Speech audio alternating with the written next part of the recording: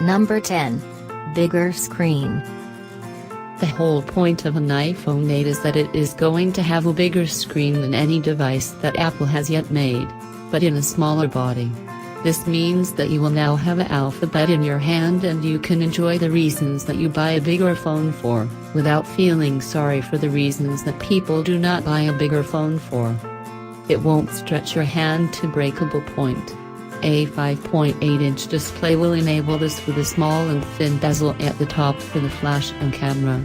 This will be the key reason for many people to upgrade to iPhone 8 since no other Apple phone has ever offered a screen experience of this size.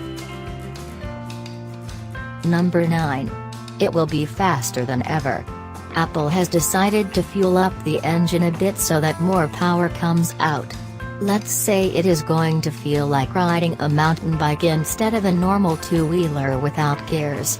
You can expect a new chip that will not only run faster but will also offer a graphical grunt that would be better off than before. Apple owes this to the distance between the transistors on the chips that makes power management better. Now we don't want to boggle your minds with physics and electronics, so let's just move on to say that this technology will be pricey, yes. Number 8. iPhone 8 is expensive. Sorry to break this to you if you were looking forward to an upgrade, but like you already know, Apple caters to the higher end of the market, so technology like this won't come cheap given its past record. You will either need a decent income or you will have to save a little while before you can afford this phone. Think about the most expensive tariff that you have heard of, for phone contracts, then add some more. The phone alone will cost like £1,000/900 and £1,250 while you can add some meaty contract price to this figure and estimate the total for yourself. Number 7. It has 2 cameras. Maybe this won't come as a surprise, but the cameras will be arranged vertically instead of horizontally. This is for the AR functions, which we will explain in a bit. AR stands for augmented reality. It will have better images in the form of sharpness and quality because of the optical image stabilization in both cameras. Also, you would be able to zoom in literally. iPhone 7 Plus had a bokeh effect on screen which has been modified for iPhone 8 to make the images look smoother on social media. That is a big plus point for users. So basically, phones are a lot about images, photos and visuals. Number 6. Apple's first AR machine. AR machine into the market before. This will be the first one. After the camera upgrades, this will be a big boost in the impression that Apple already has. The new iPhone will be able to see your surroundings and assess the depth of what is being looked at. This was a big deal at the launch, so AR is going to be a big push this year. Number 5. OLED display. Perhaps one of the key advantages that rival Samsung has had over Apple is the OLED display that offers rich colors. Apple, though some with respect to graphics, did appear black before. The colors will now be rich and more immersive. Because of the faster screen refresh, the device will lend itself to VR too.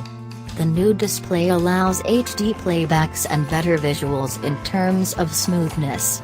These panels are currently being produced by Samsung, and if Apple has joined in, it will certainly make money through it. Number 4. No home button. Actually, no button at all. The button has previously already gone away on iPhone 7 where it vibrated when pushed, but now they have taken it away altogether. So how will users of apps get home as they use the new Apple iPhone? Well, the button will be there and on the same place, but instead of being physically there, it will be at the bottom of the screen as users use their app. The button could in future move to the back of the phone for tapping or become an altogether different software type thing. Users might find it hard to adjust to this, but we don't see why it should be a problem when they are gaining so much screen in return for a button. Number 3. Battery. Hope mustn't die. They are saying that the battery is bigger this time. Well, let's hope that it is, because this is something that has been fairly anticipated by the users of iPhone.